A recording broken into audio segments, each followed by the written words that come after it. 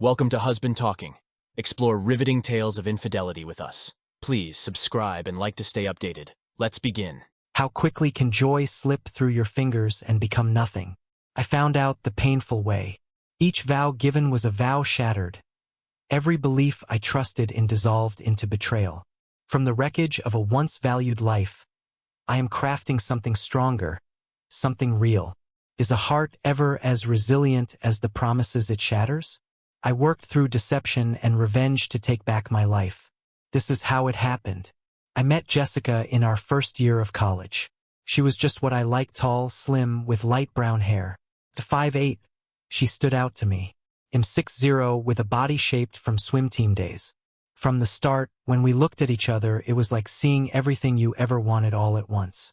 Our friends often joked about us. They could tell we were into each other just by our smiles. Our time together was incredible for the first couple of years. It felt like we came together just for the excitement of being together.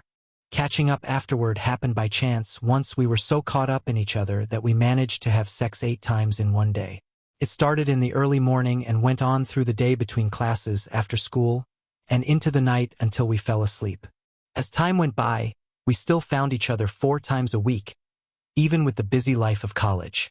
But in our 2 years ago, with more work from college, it slowed to just the weekends. Then Jessica made a big mistake with Michael, the tall basketball player from our college. He was everywhere on social media, one night with Jessica close by his side. My phone blew up with messages about it, pictures of them together, even a video of them going into a room all smiles. The next day, I went to see her. She was out cold, waking up with a bad hangover. I showed her the pic and she was real with me. She went out with pals and started to drink. She ran into Michael, someone she had met a bit before, and they got to talking. It got late and she didn't see how much she had drunk. Michael took her to his room to show off his trophies. The next thing she knew, they were kissing. Then they were without clothes in bed. She said she didn't even remember if they had sex. She told me she was drunk, did a dumb thing and felt bad. She said she only loved me and it was a one-off mistake. She wanted to make it up to me in any way, hoping I'd forgive her. She kept saying she loved me and wanted to be with me forever. Her friends and even mine said it was just one drunk slip and I should forgive her. My friends also said she was the hottest I'd ever date and no other girl would be like her. I was mad at her for almost 1 week but then forgave her. I missed being close. She kept saying sorry and I just gave in. But I made it clear to Jessica, one more slip and it's over. Looking back, the guys who told me to take her back are not happy now. They chose looks over loyalty. The ones who said let her go are now happily married. Not a single divorce among them. Looks like there's truth to picking loyalty over looks. Except for that one time, Jessica was great. After college, I got into programming. Jessica worked as an admin in a big company. She had to travel 30 minutes each way to work. I mostly worked from home. We got married at the year's end and had our first kid soon after. Then came Sophie, his sister, the next year. Life felt good, but I was fooling myself. My job was going great. Jessica wanted to earn more, so she got into selling big fancy houses. Because she was tall and pretty, Jessica started making more money, but she also was out working more, and we weren't close like before. I always check on things when they don't feel right. I remembered a bad time when we were distant before, so I put a tracker on her phone and a recorder in her bag. In 2 days, I heard her with a man named Robert. Her phone showed she was at his place, far from her work. It broke my heart, but they didn't say loving words to each other on the recording. No sweet nothings. It made me think I still had a chance to make things right for us and our kids. When she came home, I made her favorite food and the kids looked nice. I was very kind to her. She seemed happy. I told her I loved her a lot and that we should be together more. She said yes. I was so happy I thought I might win her back. I kept sending her cute photos of our kids. When I saw her texting Robert, I texted her saying how much I loved and missed her. I was so happy when she told Robert she couldn't see him on Friday night. I asked my brother and his wife to watch the kids. I took Jessica to a really nice dinner where we ate and danced. That night, we tried to beat our best in having sex a lot. We didn't make it, but it was still fun to try. The next day, we got the kids and hit a water park together. We had a blast playing with the kids under the sun. Life felt good, and I thought things were going to be okay. But then I got hit by a text Jessica sent to Robert on Thursday morning. It said she was excited to see him and missed him. My wife was still around. Everything I thought I knew was wrong. I was done listening to her. I couldn't let her sweet talk her way into making me believe which parts of our life together were true. I wasn't going to hear out her reasons or how she was hurt and needed me to fix it. To me, Jessica had left me and the kids behind. She just hadn't lost her rights to see them, that's all. I caught a peek at Robert. I used the spy app to see through her camera and caught a glance of Robert's face when she silenced her phone. I knew him from Jessica's work. My first thought was that he seemed like a jerk. Now I was sure of it. Instead of going to jail for beating the jerk into a pulp, I chose to cut Jessica and the drama out of our lives. She had been lying to the kids and me every day, to the people she was supposed to love most. I'd use everything I knew about her double life to my advantage. I'd try to keep most of our stuff and make sure I got to stay the main parent for our kids. I'd show the kids and our families how Jessica was picking her affair over us so they wouldn't fall for her tricks. And I was going to make the jerk face the music in a big lasting way. He was going to regret messing with us. Next was Daniel's school band show. I told Jessica, but she wasn't really listening. This was getting normal. But the next day was Sophie's big show. I used the app on Jessica's phone to change her calendar alert to the day after. At the school, I made sure she was at some guy's place by checking her phone. I also made sure her phone was on silent. I left her a message asking where she was. An hour later, I sent another message saying she was late. Near the end of the show, she called in a rush asking if Sophie was up yet. I asked her where she was, but she kept asking about Sophie. I lied and said she just missed her and would see her at home. Sophie was sad on the way back because her mom wasn't there. I told her that sometimes grown-ups are too busy with work. Sophie and Daniel looked sad, but they took it. Jessica often missed the end of family stuff. When we got back, Jessica was there, still in her work clothes but smelled fresh. She was all loving with Sophie. Sophie acted all sad, which kids are really good at. After a bit, Sophie gave her a big hug and told her not to miss the next show. I wondered if Jessica felt bad for missing the show or just scared of being caught cheating. Then I saw Jessica and that guy meeting at a small place known for their Scottish eggs. I ended up talking about Scottish eggs with my father-in-law, who said he hadn't had a good one in ages. I told him about the place. I booked a table for Thursday, the day Jessica and the jerk often went to the eatery. I picked up my wife's folks and we all drove there.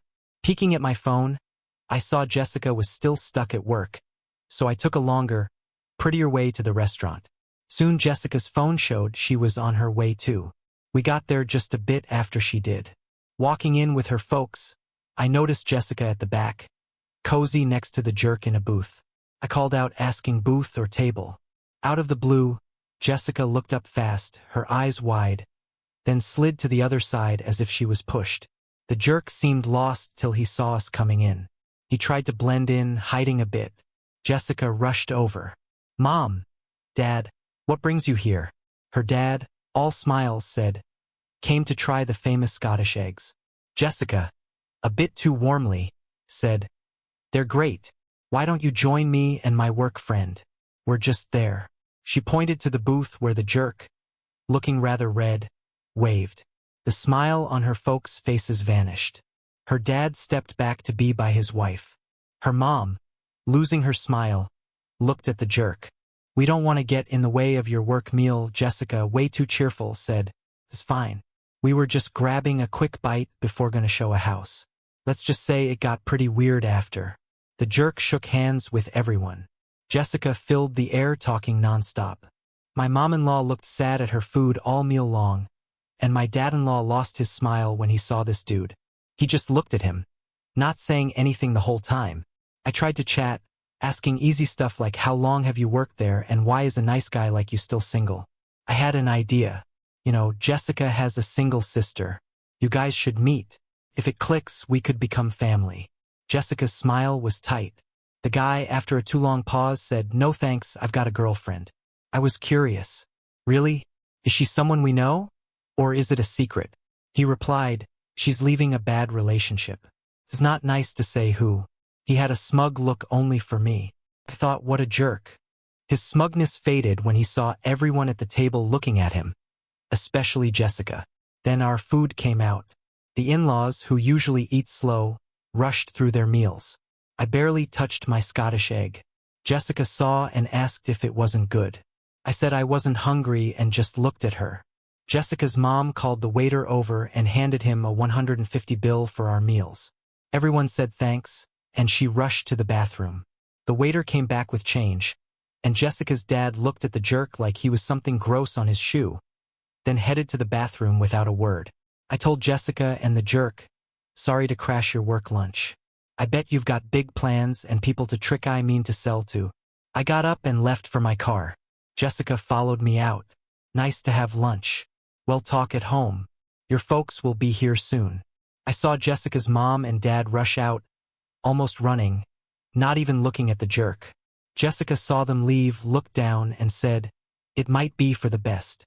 Her in-laws hugged her quickly and got into my car without a word. I didn't say anything to Jessica. The ride home was silent. When we reached their house, I said goodbye. Mom hugged me tight, saying she loved me like a son she never had. Dad gave me a quick hug, a first for him, asking to see the kids soon. They seemed so much older now it was sad. Jessica lied to them just for some strange reason, reminding me of her sister, Sarah. Jessica's sister was out of the picture. She had messed up her marriages by cheating and lying about it. She told bad stories about her second husband, but the truth came out when her parents saw a video of her with another man. This man's family was close to hers, causing a huge mess. His own marriage ended, and his family left their lifelong church, never speaking to Jessica's family again despite living in the same town. Sarah's parents barely spoke to her. The pain from her actions still hung over the family, a shadow that followed them even now. Jessica talked about Sarah, and her folks cut her off quick, saying never to say her name again. Sarah tried to slip into her family's church one Sunday. When her dad saw her, he stopped the pastor mid-talk to say sorry, but they had to go. Not even looking at Sarah, they left by the door near Sarah, who got mean looks from everyone else. Jessica came back that night happy about a big sale she made with the jerk at lunch, but her folks didn't like her eating out alone with an unmarried man. They told her not to hang out with him even in a group. Jessica said sorry and promised not to lunch with him if it upset them. She said not to worry about him. They got the sale. I told Jessica I'd sleep in the guest room until she said sorry to me and her folks, reminding her about her sister's mess-up. Jessica was upset but thought I was making a big deal over nothing. I didn't want to be close with her anyway. Then I put a switch in my wife's and the jerk's car. I did the jerk's car while he was busy with my wife. I also messed up a car part to make his engine light come on, making it hard for mechanics. We had different tasks for the day. Daniel had soccer, Sophie had band. That's when Jessica went to see the jerk. I heard everything on her phone. During Daniel's game, I had made Jessica's car not start. Knock knock. What's up, babe? Back so soon? My car won't start. Let's see. 15 minutes later. Can't tell what's wrong. Your car should start. Lights are on. Your battery looks fine. Need me to drive you home? No way. After that mess at the diner, if my man saw you drop me off, we'd be in a heap of trouble. Just call a tow truck. I need to pick up Sophie for her band thing across town. Why not let your guy do it? He's at Daniel's soccer match. We planned I'd take Sophie. You can use my car again. That diner mess? Yeah, fine. Take me to a car rental and he'll get a tow truck for my car. Make sure you're here when the tow guy shows.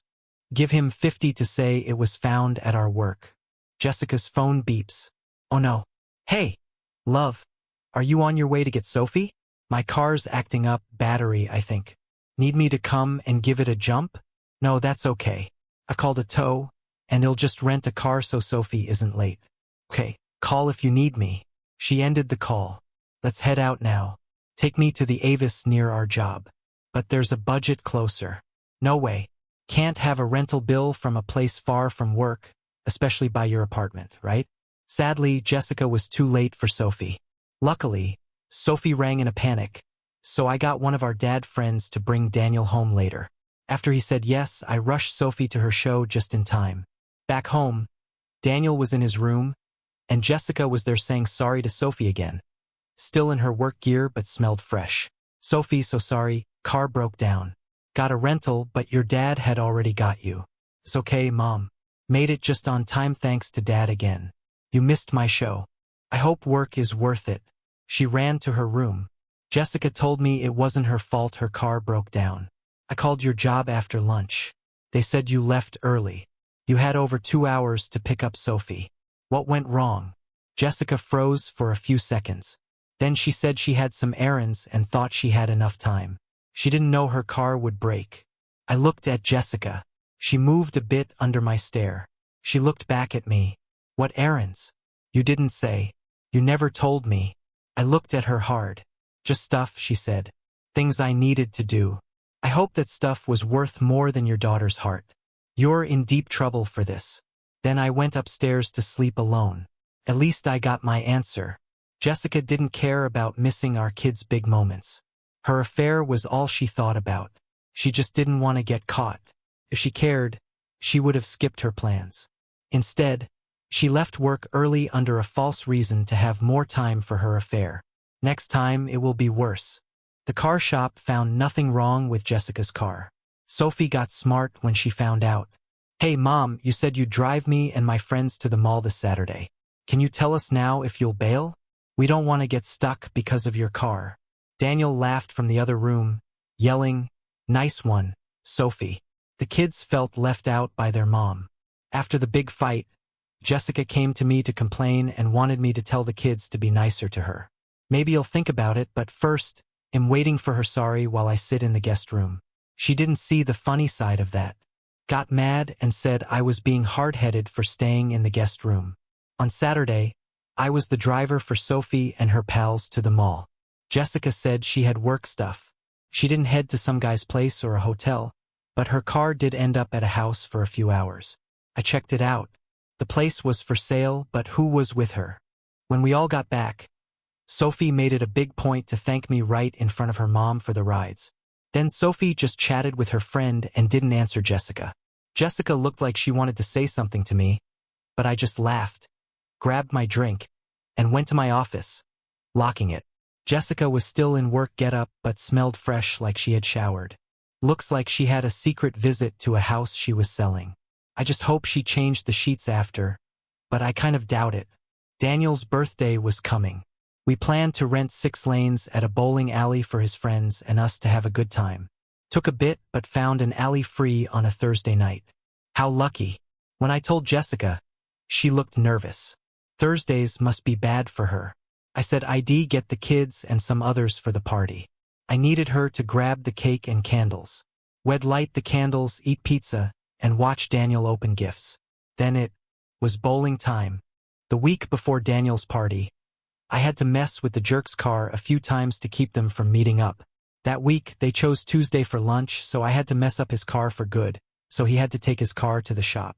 They found nothing wrong, and he got it back that same day. I hoped this would make him mad and ready for Thursday. I was glad when I saw Jessica's text on Thursday morning. Can't wait to see you after lunch. Her phone showed she was heading to his place early enough to have some fun, grab the cake, and get to the party on time. This gave me enough time to grab Jessica's gift, enjoy myself, pick up the kids, and head to the party. I picked up a rented car for this special day. It needed a big trunk, just in case Jessica's gift opened up inside. After making sure Jessica's phone was left at his place, I carried my bag and Jessica's gift to the jerk's door. There, I placed the pet cage covered in black cloth at the jerk's front door. I lifted the cage door up, leaving only the jerk's door in front. I grabbed my new tool, the door ram, swung it a few times for practice, then hit the door hard with a loud bang. Next, I pulled out my taser, gave the metal cage a quick zap. Out jumped a very mad skunk. I quickly shut the door just as the skunk turned to spray. I ran back to my rented car, driving away. I listened in on Jessica's phone. I heard screams and throwing up, a good sign. It meant the skunk spray got him. I heard him tell my wife to call the cops, so I locked her phone. She'd think she messed up the password in her panic. From the sounds, he had to leave his room to get his phone. From the yelling, the skunk went wild. Another win. The jerk finally got the cops on the line, told them a wild critter was in his place, and he needed backup. About 15 minutes later, the cops showed up, spotted signs of a break-in, and moved in, guns ready. The skunk shot first. I heard both cops yell and throw up before they managed to shut the front door. Took a bit for the animal folks to get there, then catch and take away the skunk. After they left, 2 stinky cops sat across from 2 stinky folks, Jessica and the jerk. 2 more cops came to help, but 1 whiff of the place and they bailed. Who lives here? The jerk. Yeah, that's me. And you? Hey, race my driver's license. Cop eyes Jessica. You live here? No, just visiting. Got the ID? Do we have to do this now? Look, lady, I just got hit by skunk spray and puked for a good while. Am not in the mood for games. Give it here. Fine here. So, how do you 2 know each other? We work together. And why are you here? After some back and forth on their radios to check Jessica's and the jerk's details, the cop asked, so, what's with the skunk? The jerk started to reply, but Jessica jumped in. It was a birthday gift for me. You got your boyfriend a full-grown skunk as a birthday gift? He's not my boyfriend. Enough, lady. Boyfriend, girlfriend, coworker, whatever. Why a full-grown skunk for him? Well, I did and I didn't. I got the skunk, but it was meant to be little and fixed so it wouldn't stink or spray. The jerk said he liked skunks and wanted one as a pet, so I surprised him. It wasn't meant to be big.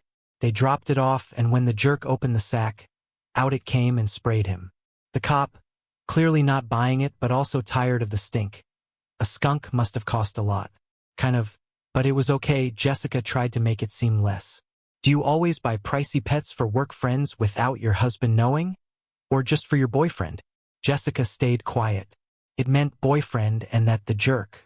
I messed it up yesterday and couldn't fix it yet. They must have all been silent for a minute. Then he spoke up. Okay, both of you. I can tell you're both lying, but I can't stand this smell and need to leave. The only reason you and your man are off the hook is because you both stink more than me or my buddy, and I won't let you stink up my car. So they left and closed the door. It was loud. Jerk, what was that about? Jessica asked. Always smart. We couldn't say that someone kicked your door and put a skunk in your place. Why not? Because then they'd ask my husband if he did it. He knows if he didn't, they'd have to tell him I was here. Jessica, be honest. Jerk, how many other girls are you with? None, he said, offended. When was the last time with someone else? A month ago, he admitted softly. Jessica, she yelled. You jerk. For how long? 8 months, even louder from Jessica. You've been with the whole time you were with me and another half a year back too? He whispered. Did their men find out? You think they were married? I know what you like now. Did they? Yes. Did they know it was you? Not sure. Great. Now I'm sure I was right to lie to the cops. Probably one of the other wives after revenge. Either way, I'll find out. If my husband did it, if he did, I'm gonna be so mad. My wife's phone rings. Me. Hi, Jessica. Got the cake yet? I know she can hear the sound of bowling pins in the back. Oops, I got held up at work. I'm on my way now, Jessica. Don't let Daniel down too. I'm leaving now. No worries. Jessica hangs up. Chris. Jessica. Oh no. Daniel's birthday. Need that cake. Next, I hear Jessica shower, get dressed, and rush out. Her car's map shows she's driving to the store. Her car stops working after her 4th try to start it, but then it starts. It stops 3 more times on her way, but it starts back up each time. She's going to be very late to Daniel's party. At the store, Jessica says sorry, telling the bakery folks she hit a skunk. They quickly help her out. Jessica makes it to the bowling place at the end, holding the cake. We all hold our noses and gag. After a quick talk, Daniel begs his mom to just go home. On the way back, Daniel asks why mom misses his and Sophie's stuff. I tell him she's trying her best for us, and it's tough to be everywhere at once. But you're always there for Sophie and me, and you make more money. Well, I got more free hours, so I can hang with my 2 favorite skunks. Not funny, Dad. It will be when you tell your friends tomorrow. Even the birthday cake smells. So we tossed it. Birthday stinky cake. They both laugh. I was happy to sleep in the other room that night. Days later, after Jessica took many tomato juice baths, I saw her sniffing my car seats. It was funny seeing my wife. She looked like a mouse sniffing for cheese. When she walked back into the house, I quietly followed her upstairs to our main bedroom's closet, hiding around the corner. I used my phone to film her. She dropped to the floor and began sniffing my shoes. I never asked why her car didn't smell of skunk. Even 1 week later, I told everyone I needed to buy some stuff from the hardware store. After asking if anyone wanted to join and hearing their no's, I went out alone. But I went straight to the jerk's place. His car was there. That was good. I knocked, and when he opened the door, I said, "Can I come in? I'm Jessica's husband." His face turned white, but I went in and sat at his kitchen table, insisting he sit too. The place smelled of fresh paint and faintly of skunk. Everything looked new. "I know about you and my wife, Jessica, for the past 6 months," I said. "Man, I don't know what you heard, but it's all not true. We're just friends," he said. But I told him I had pictures and a video of their meetings. He played dumb, but I was straightforward. "I know you're with my wife and I have proof. I don't care about you. What matters is what my wife does. So erase my offer. Instead of paying a detective, I'm offering you the money," I said. He looked confused. "You want me to film me and your wife together, and you'll pay me $3,000? He was trying to get it. He glanced at his new stuff. $2,000 just for a video of me and your wife? You serious?" "Yes," I said. $2,000 for a video that clearly shows it's her. "I need a note from you saying you made the video and you're okay with me buying it. If you have all this proof, why do you need the video? I need more power in a divorce fight." "Wow, cheating like that would be really mean. You mean like how she's playing me and the kids?" Dirty whispering almost. "Yeah, like that. $2,000. And I won't spill the beans to the other 2 men who've been lied to by their wives, just like me. To sweeten the deal, he'll even pay for a secret spot a few towns away. You can have your fun with her at the hotel spa all day on Saturday." The jerk just looked at me, thinking hard. "Dude, you're really cold. Bump it to $3,000 and we have a deal. Done." Not a word to Jessica, of course. "He'll book the spa and hotel in your name. ITLLB for next Saturday and the following Monday night. He'll call you to plan when to get the video cash payment. All clear?" "Yes." "All right. Be sure her face is easy to see in the clips. He'll send over the permission note later today. Talk to you the Monday after next." I left his place and kept on with my shopping. On Thursday night, Jessica, "Babe, forgot to say I have a meeting this Saturday, a bit away. Is that okay?" "No worries. Seems like a quiet weekend then. Enjoy your meeting." Monday night, I called the jerk to let him know I'd pick him up in front of his building. He wondered why, and I said I didn't want to be on any videos. Picked him up, told him to zip it, drove to a quiet rest stop off the highway, made him get out and checked him with a metal finder. All clear. He got back in the car. "Got what I need?" "Yeah, here." And he gave me a USB stick. Pulled my laptop from the back and plugged in the USB. The camera must have been on the dresser by the bed. The bed was empty. Then the jerk laid down on it. Jessica came in and got between his legs to do stuff with her chest. I could see Jessica's face well. Next, the camera showed the bed from the side. Jessica, with no clothes, got on the bed. She said she loves it from behind. Feels great. Then there was a video of them in different ways. I told the jerk, perfect. Just what I wanted. Got the yes paper? I asked. The jerk took out an envelope and gave it to me. It had the right date and name on it. I took a photo and sent it to me. I gave the jerk an envelope from my car. He looked happy, counting the money twice. When I left him at his house, he said, "If you want more videos, just say." I had a blast earning cash. Tuesday, I told my brother and his wife the story, showed them a bit of the video, also some photos and a list of dates. Jessica was with the jerk marked in yellow, the time she missed family stuff for the jerk too.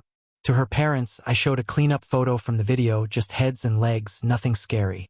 I did not want to hurt them. I did not want Jessica to lie to them too. I asked, "Did you know Jessica loves shoes so much?" They did not. The video of her with my shoes was next. She sniffed every pair. This seemed to upset them the most. Maybe they get the cheating, but the shoe thing was weird. I said she always showered after the shoe thing. A few days passed, and I saw all the shoes were gone from their house, and their bedroom door was always shut. I showed my parents the video of the shoe sniffing. Dad laughed a lot at it. I told everyone to wait until Thursday to talk to Jessica. While she was out with her boyfriend, I sat the kids down to tell them what was going on. Mom has a boyfriend, and am not sure she loves me still. They were shocked and asked if we were going to split up. I said I'd talk to their mom when she got back from her boyfriend's. They both shouted, "She's at his place now." I said yes and showed them her car's location on my phone at her boyfriend's. Lily said, "Is this why Mom misses time with me and Daniel?" I showed them a list of when their mom met with him and the family times she missed. I wanted them to see how little they seemed to matter to their mom. I also showed them the tracker for the times their mom missed Lily's show and Daniel's birthday. They began to cry when they saw when their mom left on Daniel's birthday. They cried more when they saw the time she left to finally show up. "That rotten person," I said. I told them the key thing was I loved them, that this was a problem between their mother and me, and we would try our best to stay together as a family. After a lot of crying, hugging, and talking, we heard the front door. Jessica came in. Seeing our faces, she looked worried and asked, "What's wrong?" "Kids, go to your rooms. Your mom and I need to talk." They hugged me, gave their mom a mad look, and went to their rooms. When I heard their doors close, I asked Jessica to sit. "What's up, Jessica?" "I know about the side thing." "Oh no, that's not right. I'd never go behind your back." "Whyd you even think that?" Jessica's eyes got all wet. "If you want tell me the real deal, then we're done talking." "Someone got it wrong. Then, they saw something that wasn't real." "Okay, Jessica, we're done for today. Take the rest of the day to think about how you're hurting us. We'll talk more tomorrow. Don't talk to me or the kids till we fix this." I left the room and went to another one. Jessica kept following, saying I got it wrong till I closed the door. She stopped talking. Then she tried to talk to Lily through her door real quiet. "Lily, what did Dad say? This is all mixed up. Please open up so we can talk." Lily didn't say a word, but she texted me, "John, can you make her leave?" I tried, but she says I got it wrong about her cheating, so no point talking if she lies. "Maybe you messed up. I've got pics of them together without clothes." I opened my door and saw Jessica leave the kids out till we sort this. "You're making it tough for them. But I want to know what you told them." "I told them you have another guy. That's it. It's between us till we figure it out. Now please leave the kids be." Jessica went to her room sad. I heard her cry all night. Next day, Thursday, I waited for Jessica. The kids were gone, didn't want to be near this mess. "Jessica, come sit." She did. "Thought about how you're messing up the family." She nodded yes. "Can we talk true about what's going on?" She nodded yes. "So what's your side?" "It's all a big mix-up." "Yeah, I've been closer to someone else, but it's just talking. We've had lunch a few times, even when you said not to. We work together, can't help it. I've shared some feelings with him, that's it. Trust me, love, it's only you for me." "Well, if lying is how you tackle this mess, we're done talking. We'll talk again Saturday at 9 in the morning. The kids will stay with your folks tonight and Friday. We'll talk Saturday. Think about what this does to us all." I left for my room. Jessica didn't say a word or follow. Come Saturday at 9, I had breakfast with the kids at Jessica's folks. Got home, saw Jessica at the kitchen table. I asked, "Ready to talk true about everything?" Jessica nodded yes. "You told my folks and yours and your brother and his wife?" "Yes." "Why would you do that? I've always been proud of you, but now all the sneaking around, the lies to me, the kids, our folks, why? It looks so easy to see through you. But it was just a couple of kisses, that's it. And now everyone's against me. Since you won't be straight with me, we're done here. The kids will stay with the grandparents for now. They'll sleep in the spare room and keep working from home. We'll talk on Tuesday after work. Think about what you're doing to us." That night, after dinner with my folks and the kids, I got up, left, and drove off. Jessica was in the living room. "Can we talk Tuesday?" I said, then went to sleep. Some of Jessica's friends texted me, asking me to forgive her. They said it was a small mistake. I video chatted with them. I told them how long Jessica had been cheating. I showed them a clear photo and a short clip of her with another man. They said sorry and hung up fast. We never heard from them again. I guess Jessica wasn't fully honest with her friends. Also, it seems like married women who cheat tend to do it a lot, especially if they look like Jessica. On Tuesday night, Jessica came home. I left my home office and saw her at the kitchen table. She brought pasta from our favorite place. Plate was ready for me. Jessica looked really tired, with dark circles under her eyes. Days of figuring out what lies to tell your friends and family so they don't find out you're a really bad person. I said in a sad voice, no one will talk to me. Lying does that. They think I am a monster. Well, Jessica, you've shown that a part of you is, I said. They said you showed them a photo and video of me. Can I see it? My friend said you showed it to them too. I love it when things go as planned. I said, yes, if it helps us talk. Just so you know, I haven't let any copies get out. I don't want our family laughed at because of what you did. I showed her the clear photo and the video. I love you so much. Did you really love me that much if you were with someone else? I never had love for him. Marriage should be easy. We share duties, trust, and fun. I did it all. All the jobs, all the trust, all for fun with you. But you left me with most bills, most home duties, all the hurt of trust while you had fun around town. I looked at her hard. You took my love while giving yours away. How long have you known? 7 months, she said in a low voice. 7 months? Why did you wait? At first, I hoped it was just one mistake and that you'd tell me the truth on your own because you keep saying you love me. I'm sorry. How can I trust you now? Because I do love you, and am telling the truth now. Is this the truth, like the last 3 times you said you didn't cheat? After sitting quiet for a bit, me looking at her and her at her food, Jessica, how can we fix this? I took an envelope from the home office, put it in front of Jessica. This is a deal for after. Sign it and I might think about us again.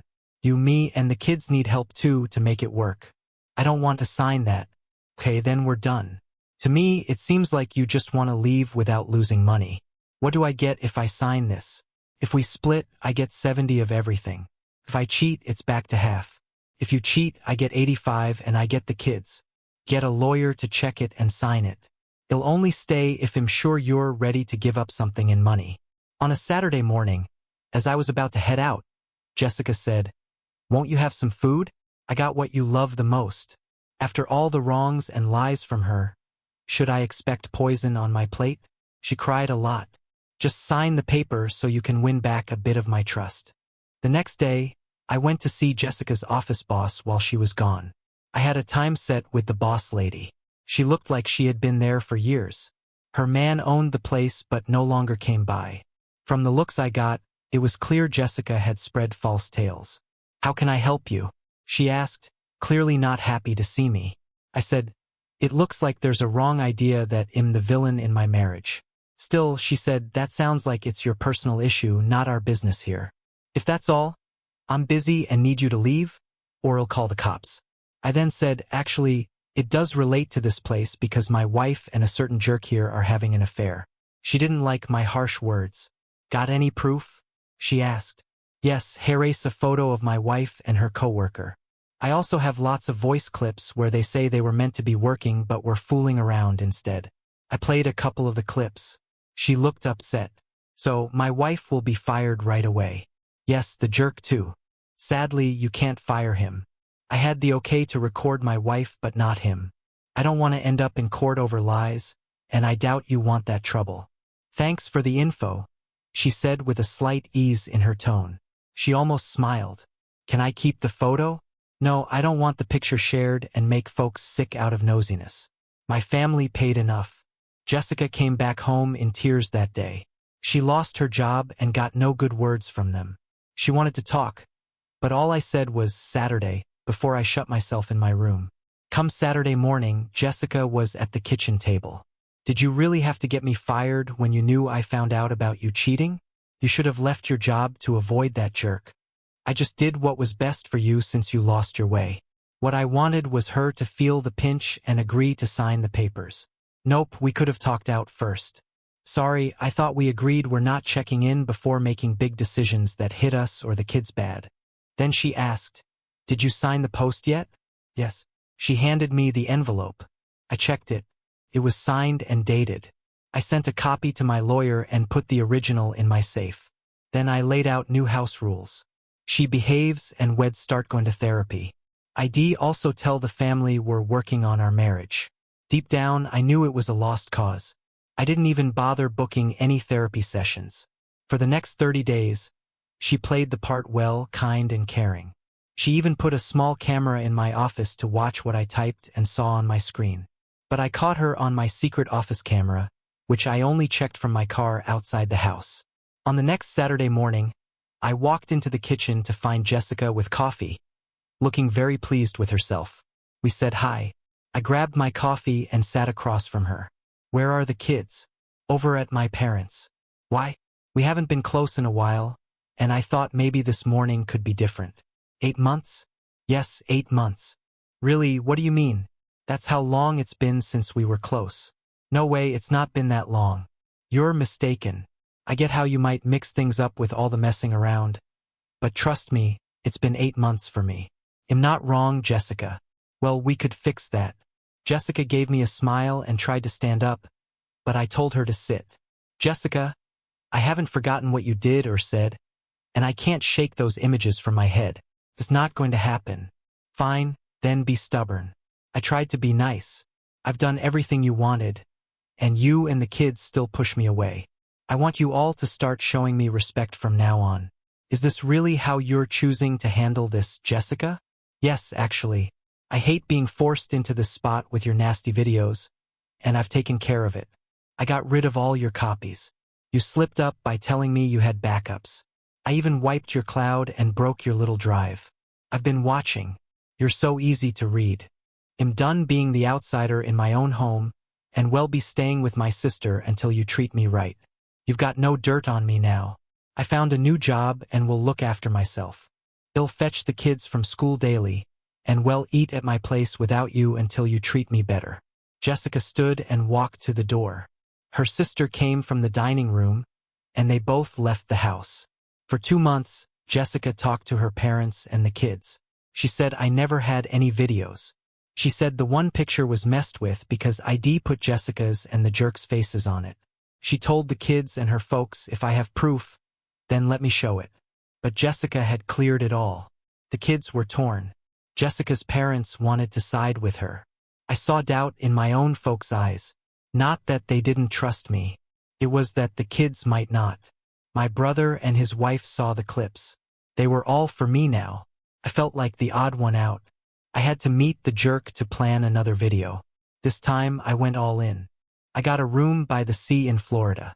I paid for 3 guys who looked good, thinking if one didn't show, I'd have backups. 3 might be too much, but I wanted to be sure. I bought tickets for Jessica and the jerk first class. I threw in $5,000 for the jerk for the clip. I also said it had to be on the suite's outside part. Funny thing, though, the jerk said Jessica was playing hard. The jerk wanted a fancy dinner paid for. He was asking for more cash. I listened when they ate. They had Kay with them. Jessica and Sarah were keen to meet the jerk's pals. I ended up buying another top ticket for Sarah. 2 weeks on, I was next to the jerk in my car watching the new video. Starts with Jessica, Sarah, the jerk, and the 3 guys walking outside. All were hot and puffy. Sarah asks how Jessica and the jerk met. Sarah goes, "I've been covering for my boss for ages when she's out on Thursdays. I also covered for the jerk a while when she was with him. Someone spilled to her man about her and the jerk, so she had to stop. I asked if the jerk was any good. She said he had a big tool. She kept covering for me on Thursdays. No shock. The boss lady was glad to not let the jerk go. With Jessica gone, she was aiming for more time with the jerk. One guy threw his small tool into the crowd. Everyone laughed except one dude. They all sat in cozy chairs, sipping drinks. After a while, that guy got bold and started with Sarah. He was at it for 15 minutes. Then he walked into the hotel room, came out quick, and handed out little blue pills to the other 3. 15 minutes after, all 4 were ready to go. They sure had fun with Brandon in that room. Everything went as I asked for the next 2 hours. Jessica was busy, and Sarah didn't know her part. When the video ended, I told the bold guy, nicely done. I made the video safe and sent it up to the cloud. I also made sure the files on the USB were safe before pocketing it. I closed my laptop and stashed it in the car. Then I drove off from the stop. The guy wanted his pay, but I had some things to ask. Did you hit on my wife first? Nah, it just sort of happened at work. Who talked about doing it first? She did. Guess she talked to her boss about it too. Soon, we were now on a small road back to town. Oh, how many have you been with here? Been here a bit, but 7 women. Yeah. Who? Can't say. That's not fair. They'll add more money. Make it double and we have a deal. Plus, where and when. He listed all 7, the office manager, 2 from work, and 4 from the gyms. All married. I stopped the voice recorder in my pocket. Wow, that's something. Wanna see something else crazy? I hit the gas hard. We sped up fast, hitting 70. Hey there, the dude asked. Hey, what's up? I told him no need for wild stuff, but then, oops, not done yet. Here comes the wild part. I turned hard towards the trees at the road's edge and hit the brakes hard. Luck was on our side. We hit a tree hidden, going less than 40 miles per hour. Seat belts on, airbags popped. We made it, but boy, it hurt a lot. I came to my senses first. The dude next to me was still out of it. I reached over, got a pencil from the ash holder, and poked it right into his neck. Didn't bleed as much as I thought it would, so when he tried to grab the pencil, I twisted it, making sure it did real damage. He looked at me shocked, trying to hold the bleeding pencil. I let go and he yanked it out. Blood was shooting out from his neck. He looked at me. I stared back. No words needed. Then I took the pencil, cleaned all the blood off, and put his bloody hand on it. Didn't want my prints on it. No need for extra questions. I slipped 2,000 into his pocket. Next, I called the cops to tell them about the crash. The cops thought it was all an accident. I mentioned he had the pencil before the crash. They took my laptop and drive for checking. After a hospital visit, I went home. I was sore for days. Got home, told them about the blood on me in the crash. Just didn't say whose blood or about the death. They wondered why I didn't call them. I said I was all right and didn't want to worry them. Plus, I didn't want them asking why I was in the car with their mom's friend. Jessica found out about my car crash when she heard about the guy's death 3 days later. She added things up. She rang me up trying to dig info about his end. I acted dumb. Right after, cops came asking questions about the guy and my wife's secret love. I owned up to knowing it, saying it's why we were in the car together. I had paid him money to leave my wife alone, but he broke his promise and wanted more. Then the crash happened.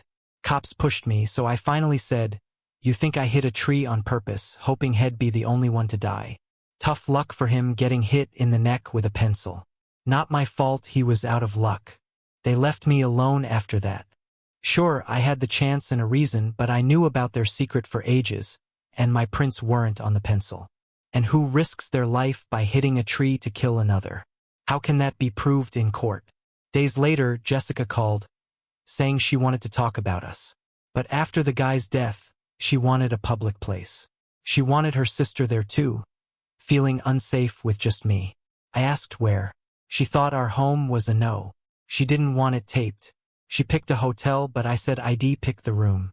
She argued, saying she felt at risk and should choose, but I didn't want her taping us either. So neither knew the room till we got there. I wondered what Jessica really wanted from this. She could have just met at our place like before. She really didn't want me recording what was about to happen. Next Saturday afternoon, we met up. I followed Jessica and Sarah in Jessica's car to a fancy hotel on the other side of town. Once there, we checked in, and the hotel worker gave us room 216.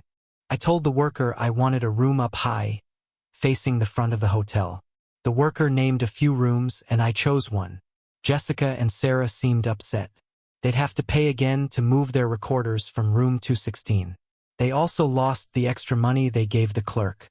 In the lift, Sarah came close, hugged me sideways, and with a hopeful look, said, "No matter how this goes, I hope we can stay friends."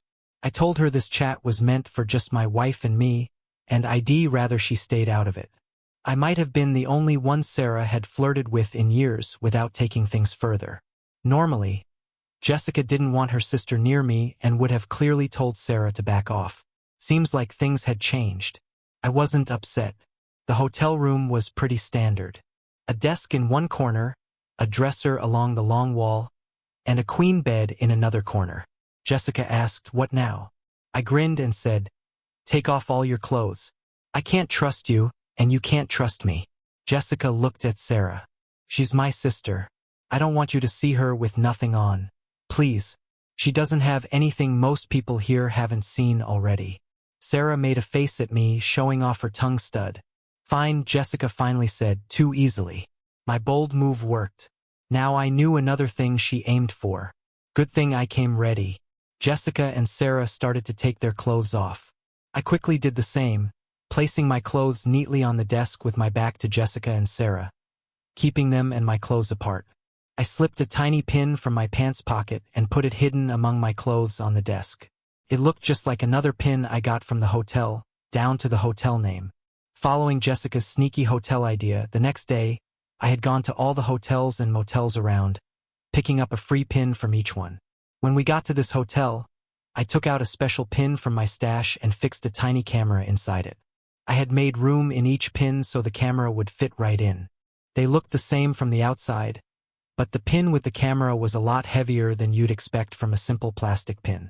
I grabbed my clothes, walked to the bathroom, and left them there. I made sure I could still see both pins and didn't take my eyes off them, especially the one with the camera. Then, grabbing a towel, I walked back into the main room and sat on the desk chair, all bare. Jessica and Sarah were sitting on the bed in their underclothes, with their other clothes piled next to them. "Sarah, can you please take the clothes to the bathroom?" After Sarah did that and came back, sitting down, I said, "Okay, now both of you off with the undies, Jessica. That's enough. No need for more while we talk. But first, Sarah, let's have you stand and show us everything clearly." Sarah seemed really upset about having to show her body this way, which was odd for her. "I'm not just going to stand here with you looking at me," she said. "Fine," I replied. "There's the door. You can wait outside while Jessica and I talk." I guessed what Jessica's plot was, and having Sarah outside would mess it up. Jessica, seeing her plan falling apart, still sent a look to Sarah, who then took off her underwear and sat on the bed. "Not enough, Sarah. Stand up and show us properly." Sarah glanced at Jessica, who nodded. So Sarah stood, turned her back and spread herself. And right there, as clear as day, was a tiny recorder stuck inside her backside, with a small mic peeping out at the top. Jessica knew I'd make them take off their clothes. She just hoped their undies would stay. I stood up, went over, and pulled the tape off. Sarah yelled, turned to sit on the bed, her face a bit red. Was she shy or excited? Knowing Sarah, she was excited. Looking at Jessica, "Your turn." Jessica stood and showed her backside. Tape number 2. I reached down to pull the tape from the bottom so my hand brushed against Jessica's private area. After a bit of struggle to grab the tape and my hand brushing against her, I tore the tape off. Jessica turned and sat on the bed, her chest red, which meant she was excited too. Jessica wasn't shy. Then I went to Jessica, stood between her legs, and ran my fingers through her hair. There, hiding in her hair, was another tiny recorder. There it was, held by a hairpin. I tossed the recorder with the others. "Jessica, these cost a lot. Did you use up your card to buy these?" When I checked Sarah's hair by standing between her legs, she moved to the edge of the bed, wrapped her legs around me, and rubbed herself against me. I took my time checking her hair while my body touched Sarah's chest, and my leg touched her private area. I started to feel more turned on seeing Jessica. I noticed a smirk on her face that made me think why we were here. Jessica should have been really mad my body was reacting to her naked sister's touch, and she was just smirking. I found the last recorder in Sarah's hair, gave all the records to Jessica, and told her to throw them in the bathroom and close the door. As soon as Jessica turned back, Sarah pulled me in and started to touch me in a very personal way. I stepped back and sat in my chair as Jessica threw the recorders in the bathroom and shut the door. I could tell Sarah was really excited even from far away in the room.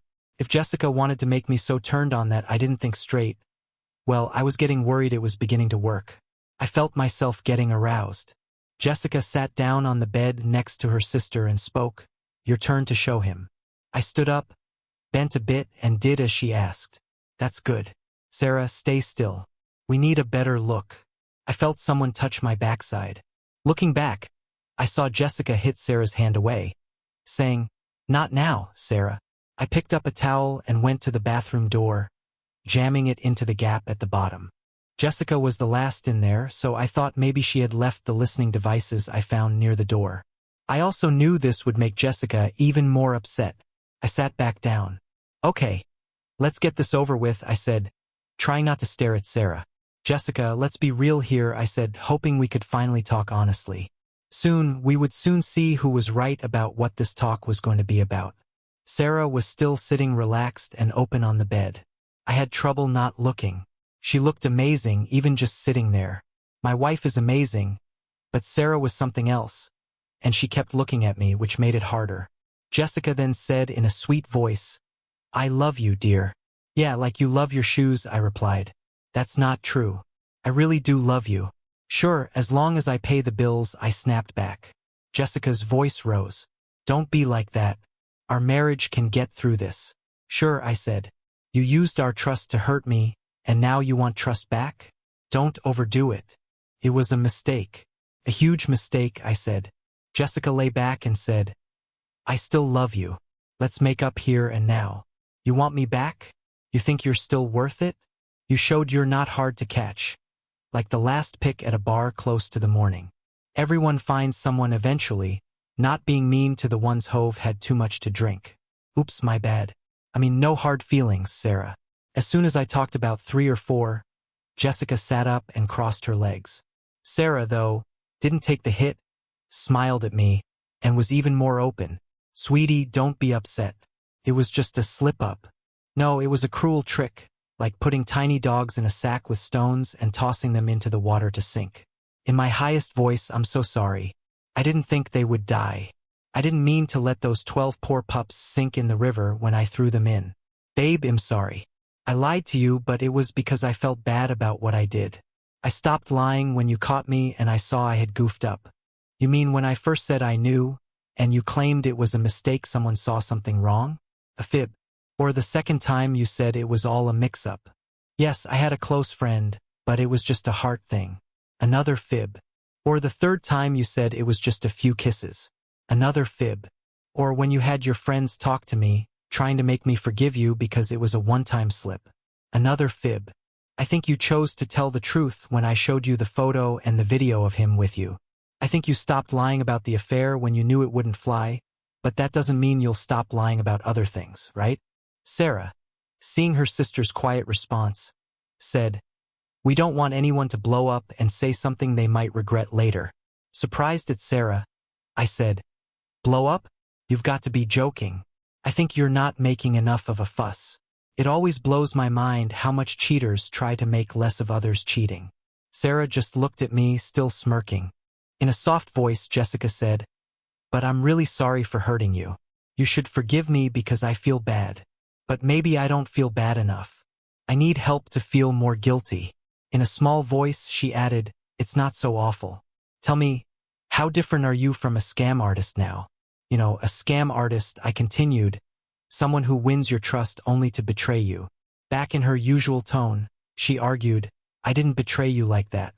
Marriage is about being true and trusting each other. You cheated and lied. Isn't that betrayal?" She got a bit louder. I kept my side of the deal and more. "It was just sex," she tried to justify. "So you kept it hidden because it was just about sex? You knew I'd be upset, like the time you forgot to buy me orange juice." Now I was louder and with a pointed tone, making me sign that post was wrong, unfair. If I speed, I pay a fine. If I dodge taxes, they take my money. If I'm drunk in public, I spend a night in jail. Cheating? Nothing happens. Kids suffer. People can get so hurt they might even hurt themselves or others. If things were fair, cheating in marriage would mean serious losses. Jail time. most of the assets and losing the kids to the other parent. Single cheaters should be punished hardest. They just hurt others for their own gain, I said strongly. Marriage is about building a family and staying loyal. Why even get married? I asked Jessica. She had no words. Jessica, how many couples last more than a few years if they start with cheating? 5%. Same as those in open marriages. Was that your plan? Jessica left me to be with someone else and in an open thing. We'll never know now, will we? She's gone. Jessica's face changed, looking mean. Fine. Forget you. I got rid of all proof. You've got nothing on me now. We both got hurt, and now my folks and our kids don't know who's right. Was it worth it, killing our marriage like this? I blamed both her and me. I didn't ruin us. Us. I was just saying it's over. That surprised Jessica. She thought it was all my fault for finding out and not letting it go. Jessica, very mad. Well, maybe I wouldn't have been with another man if you had cared more about me. Why would I? You weren't caring about me at all. That made Jessica pause. We both sat quiet for a bit, looking at each other. We both seemed to cool off a bit. Sarah wasn't paying attention to us, just looking at my stuff. Did you do it? Kill him? I smiled big, knowing my hidden camera was filming. It was a sad mishap. How could you?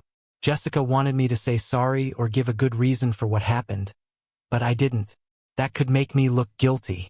So I said, after we hit that tree, you should have seen his face as he was losing blood. Jessica looked shocked. I pointed at her face and laughed. Yeah, I like that. But pretend you're choking and can't breathe? Or what? Like those lunches you said you were having with work friends? Jessica's eyes got watery. He was a good man, I said, anger in my voice. You mean the kind who goes after other men's wives? Too bad he's gone. Wasn't he up for some big award for being the top jerk? You didn't have to end him, Jessica half shouted, now crying. Is Jessica upset because life isn't fair? If life was fair, he'd have been in jail for a year or two, not in that car with me that night. But no, the law doesn't care about cheating, so he would have just walked away after ruining my marriage, my kids' happy home. The same marriage the state says is important but won't really protect. He got what he deserved. Karma. Jessica, with tears in her voice, but you still love me. I know it. Wrong. I used to love you. Real love is something most never really get, even if they marry. You had it from me for a bit. All I got was your want for a wedding, your want for a husband, your want for my money, your want for me being loyal. You chose want over love because you never really knew love. Lots of guys will want you, but no one will love you like I did after what you did to us. Tears fell from Jessica's eyes. This wasn't what Jessica hoped for, but she pulled herself together. The look in Jessica's eyes changed. She was thinking fast. Plan A failed. Time for Plan B. Jessica sat up, wiped her eyes, and faced me. I want a drink. Anyone else? He'll grab one from the bar and be back. Then we can talk like grown-ups. Jessica stood up, went to the bathroom, got ready, and left. When Jessica brought up the jerk's death, things got tense. Sarah, not knowing about our chat, started to enjoy herself a lot. I must say, Sarah's need was all out in the open, and the smell of her filled the place, maybe even the whole level. I was very turned on. Sarah must work out a lot to have such a flat tummy and a fit body. She's got good genes. I think Jessica saw what her sister was doing but wouldn't look her way. I bet there was a mess under Sarah's spot by now. As Jessica had just left, Sarah said, "Your thing looks good." Sarah, now's not the time. Sarah got off the bed and came over. You must want this. Jessica said you two haven't been together in a year, and you're so big. Sarah, I'm flattered, but your sister will be back soon. What she doesn't know won't hurt her. Sarah pulled me down with her on the bed. She screamed, "Please stop." Right then, the door burst open, and Jessica rushed in with her phone out. "What are you doing to my sister?" Sarah cried out, "He's hurting me. Make him stop." Jessica pushed me away from Sarah and helped her sister up. She stood tall, grinned at me, and dropped her phone on the floor. Picking it up, she hit a button to stop a video and did a few more taps, likely sending it somewhere. Jessica then told me I was in big trouble. She had caught me trying to hurt her sister on video just in time. They both laughed, so I just sat feeling down. Jessica waved a finger at me. Now you see how the split will go. No more talk of that deal we had. If you try, I'll have you in jail for attacking. I'm only letting you off for the kids. I want 90% of everything and you handle all legal costs. I get the kids. You'll give half for child support and I want 20% more for the rest of my life or this video gets you in jail.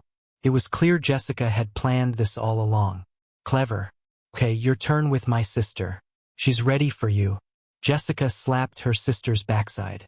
No, I said. Don't want more trouble. Jessica stood and shouted, smart. They both laughed. They tried to kiss me, but I turned away. Sarah dressed quickly, skipping underwear. Let's go find some real men, she said. They left, aiming to meet guys who cheat on their wives. Just before, Jessica was sad over me. Now they were off laughing, ready for more adventures. I told myself I saw what you hide, and I didn't like it. I watched from the room window until they left. Then I got dressed, took my pen, and left the hotel. The meet went way better than I thought, but it was a close call. I couldn't say no to Sarah. I was even weaker when it came to stopping. If Sarah hadn't stopped, Jessica would have a video of me and her sister that would have messed up my plans. It's been a year since I last had sex, and my desires were winning. The next day, Jessica got the divorce papers. The agreement after marriage was to be kept. When Jessica called and tried to scare me with her tape, I said, you didn't delete everything. I still have stuff you don't know about. You said I hurt you. I will be free, but you might end up in jail.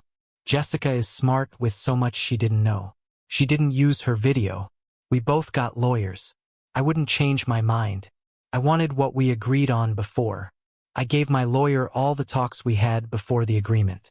My lawyer told Jessica's lawyer that we were trying to get back what Jessica deleted. We only had the written talks now. We kept talking through our lawyers. I didn't mind. I wanted Jessica to pay all the bills. Her lawyer was pricey too. She thought I would pay it all. The lawyers gave up and said we need to go to court. The big questions were, is the agreement valid? Do I have the tapes? Feeling down a few days before court, I sent serious letters to Jessica and Sarah where Sarah lived. The letter looked real. It said it was from the disease center, telling Jessica and Sarah that the jerk may have had AIDS because he met someone sick right before he died. They even said he caught the disease. They told my wife she must see a doctor fast, and someone from the disease center will ask her for names of all the people she was close with in the 2 years ago. They also said she shouldn't be close with anyone for 12 months until they were sure she was okay. It was perfect for my plan. The jerk was gone, and I needed Jessica worried. On the court day, the judge didn't like either of us much. Jessica said she didn't cheat. She said she signed the papers we had because she was scared of losing her kids and husband, not because she read them or asked for advice. She thought the papers couldn't be used in court. She cried a lot while her lawyer talked. I said the papers were because she cheated. She signed because we were close to breaking up. She broke the agreement. She wasn't a good mom and the papers were fair. What proof do you have she cheated? Asked the judge. My lawyer showed a video and voice clips that matched the papers we showed before. Why show these now? Asked the judge. My lawyer said it took a long time to get them because Jessica had deleted the originals. Getting them back through the right steps took ages. We just got them at the courthouse. Jessica got rid of the videos? Yes, Judge. We even got her voice saying she did it. I tricked Jessica into deleting my videos after she put a small camera in my office.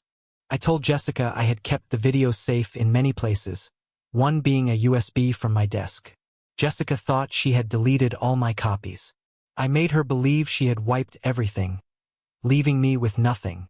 This move was smart. Judges don't take kindly to folks who delete proof on purpose. Jessica also told the judge a lie that she had never cheated and I had no proof. Bad move for Jessica. The judge looked at my wife's lawyer. Do the written words match the recordings? Yes, Judge. Do you doubt these recordings are real? Jessica's lawyer looked at her. She shook her head no. No, Judge. So that makes us question if the claim of being forced to sign is true. But I see all these recordings are from before the signature. None show cheating after it. Yes, Judge. Here are the words and the video itself showing Jessica cheated after the agreement. Why show this now?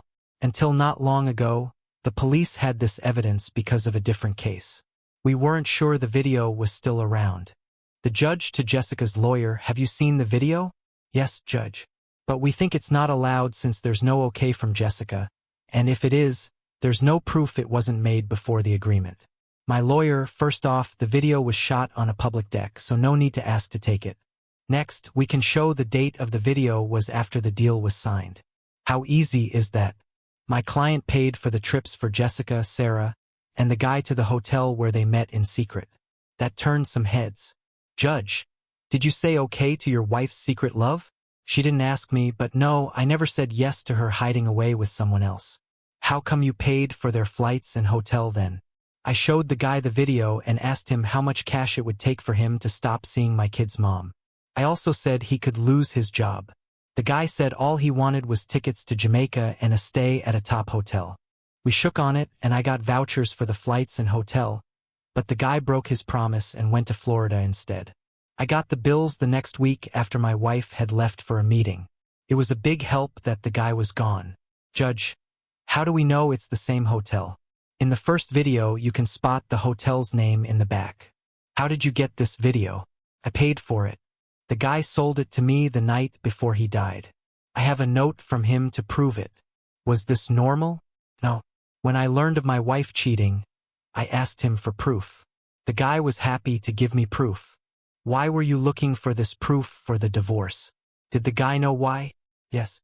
Months back, I told him it'd be cheaper and easier to get the proof straight from him rather than hiring a detective. Even though I later paid him to keep away from my wife, the guy called me up saying he had one more video to sell. I gave him $2,000 for the video. The guy knew about the deal from Jessica. In the video, Jessica and her sister were seen with 3 men, going against their deal. My wife's sister Sarah was there too, and I pointed her out. Everyone in the room looked at Sarah. It seemed this didn't interest Sarah at all. The judge told me off for bad words, and I said sorry. Then the judge looked straight at Jessica and asked, "Is that all you got from that guy that night?" She said yes, but added he gave her most of the videos they were looking at. He had been doing this for a while, even paying for hotels and flights. She had given him about $3,000 in total. My words made Jessica look silly and showed she had been fooled. She thought all this time the guy was secretly recording them to sell the tapes to her husband for their divorce for just $3,000. Jessica would have given him a lot more to get those videos back. It was good for her that the guy was gone. Even though she was mad, Jessica thought that must be all the videos he had. She was sure she had been careful not to let him record their last hotel meet. If there were more, he would have shown it by now. As I finished, Jessica quickly talked to her lawyer. They asked for a short break since it was nearly lunch. The judge said okay. When we came back, Jessica's lawyer said he just got a video of me doing something very bad. It would show I had broken our deal by being unfaithful, which was a big no in our agreement, and Jessica and Sarah would say the video was real. The judge had Jessica and Sarah speak the truth about the video. Jessica then said, "Till now, me and my sister didn't want to send the dad of my kids to jail, but seeing how tricky he is, I must do the right thing." They showed Jessica's video. It started with the hotel door and someone yelling, "Please stop." Then Jessica was rushing into the room, showing me on top of Sarah and Jessica shouting, "What are you doing to my sister?" And then Sarah yelling, "He's hurting me. Make him stop." Then Jessica grabbed her sister. Her phone fell, hitting the floor, and the video ended. Sadly, the video also showed my hard self between Sarah's legs. Then I asked what happened next. I told the judge. I ran to the bathroom and told my husband to leave the room in 2 minutes or I would call the cops. I also told him I sent the video online so he couldn't delete it. And did he go? Yes. Now I was really in trouble.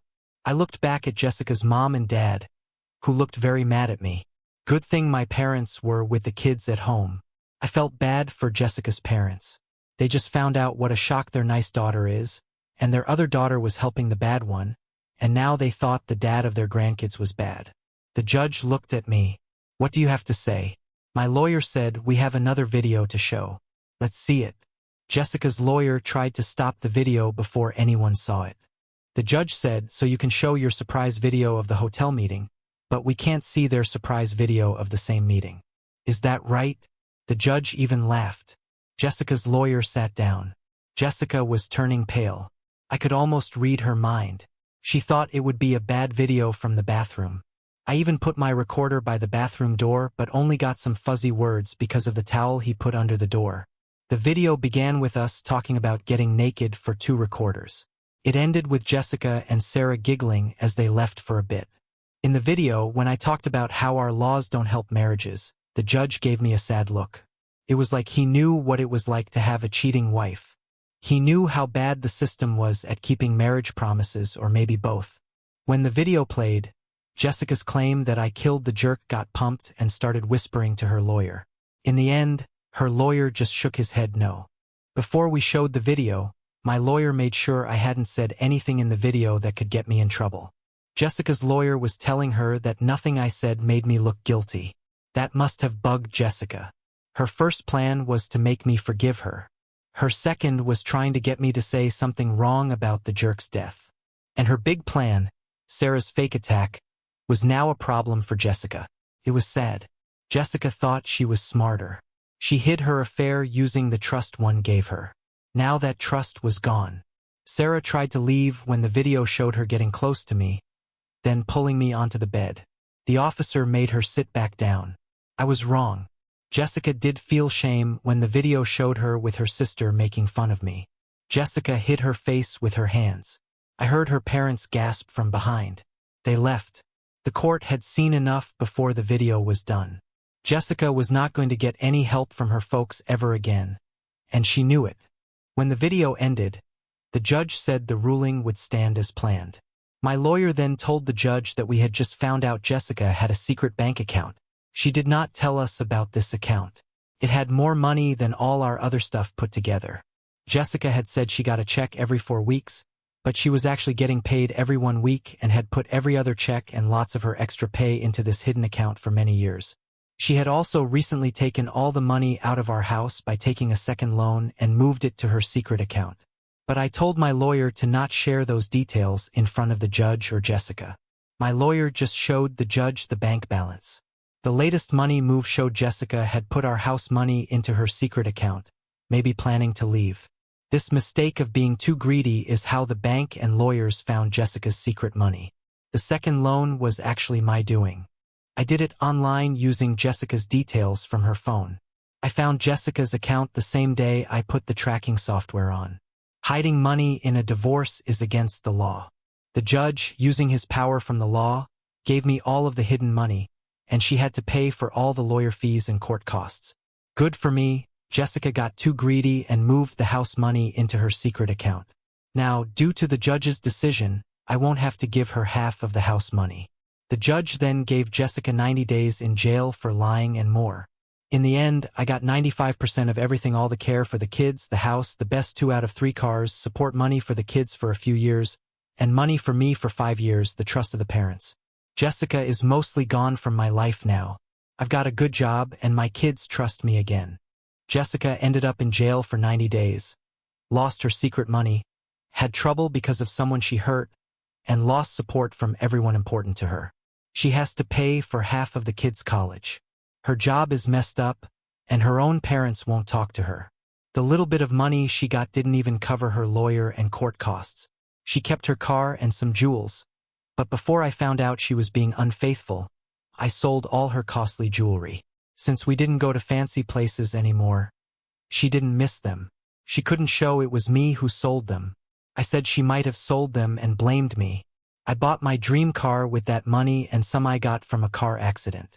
If the accident money hadn't come through, I would have used the jewel money differently. When Jessica was locked up, I told the jail that she and her sister might be sick with HIV. I even gave the court fake health letters about them. Both had to shave their heads in jail. The story was Sarah did something wrong, and Jessica tried to help her. They ended up under someone else's power, showing it by shaving their heads. It didn't seem to bother Sarah as much, but Jessica looked changed when she came back. The story goes, Sarah did something wrong, and Jessica stepped up for her, getting them both in trouble. In jail, someone made them shave their heads every day as a way to show they were under control. This didn't bug Sarah much, but Jessica was different after. People thought they were sick for a long time, even after it was proven wrong. By then, the damage was done. In jail, Jessica and Sarah started to smoke, and losing a lot of weight didn't help their looks either. Everyone in town knew them as the HIV sisters. Living together didn't change how people saw them. They both looked much older and sickly. Jessica tried to stay for her kids. Jobs were hard to find because of her bad name, so she had to drive far for work. Their kids got picked on because of rumors about their mom. They felt ashamed because no good man would want their mom or aunt. Soon, Jessica and Sarah dated men who were into heavy drugs and didn't mind sharing them with others. This lifestyle made them look even worse. Jessica lost her job in real estate. No one wanted to see houses with her looking rough. She stopped talking to her kids, which was a relief. They could only find work in bars or as dancers. They lived with a man much older than Jessica. He had a lot of ex-wives and was known to be a bad guy. His own kids didn't talk to him. He was often away and was not loyal. Jessica and Sarah also weren't faithful, maybe to earn extra money. I also showed evidence of the bad things done by Jessica's ex-boss husband to the husbands of the women he was involved with. I played them the proof and told them everything he bragged about doing. I once heard Jessica in a video saying she covered for her boss every Thursday for years. At a work party, I got to know he had the real estate business even before they were married. When he was about to leave, he thanked me with a weird smile. He said, "I'm going to win big with the prenup." Every so often, I get drunk calls from Jessica telling me what I'm missing out on. She's often with someone else, Sarah, a guy, a girl, or any mix really, and they all make fun of me, trying to make me feel bad or want her back. Sometimes they send videos doing the same thing. From these, it's clear I don't want her or Sarah anymore. Not a lot of guys would. Every now and then, the mean calls and videos end with Jessica saying she wishes I was gone. She blames me for everything wrong in her life, but sometimes she ends up crying, saying I'm her true love and she wants us to be together again. I keep every call and video just in case Jessica tries to come back into our kids' lives. I've come to accept that Jessica never really loved me the way I loved her. She doesn't know real love. To her, life's about taking, not giving. You'd never guess it would end with my ex-wife just letting things be, right? Thanks for watching. Do you think trust can ever truly be rebuilt? Let me know in the comments. Don't forget to like and subscribe, and I'll see you next time.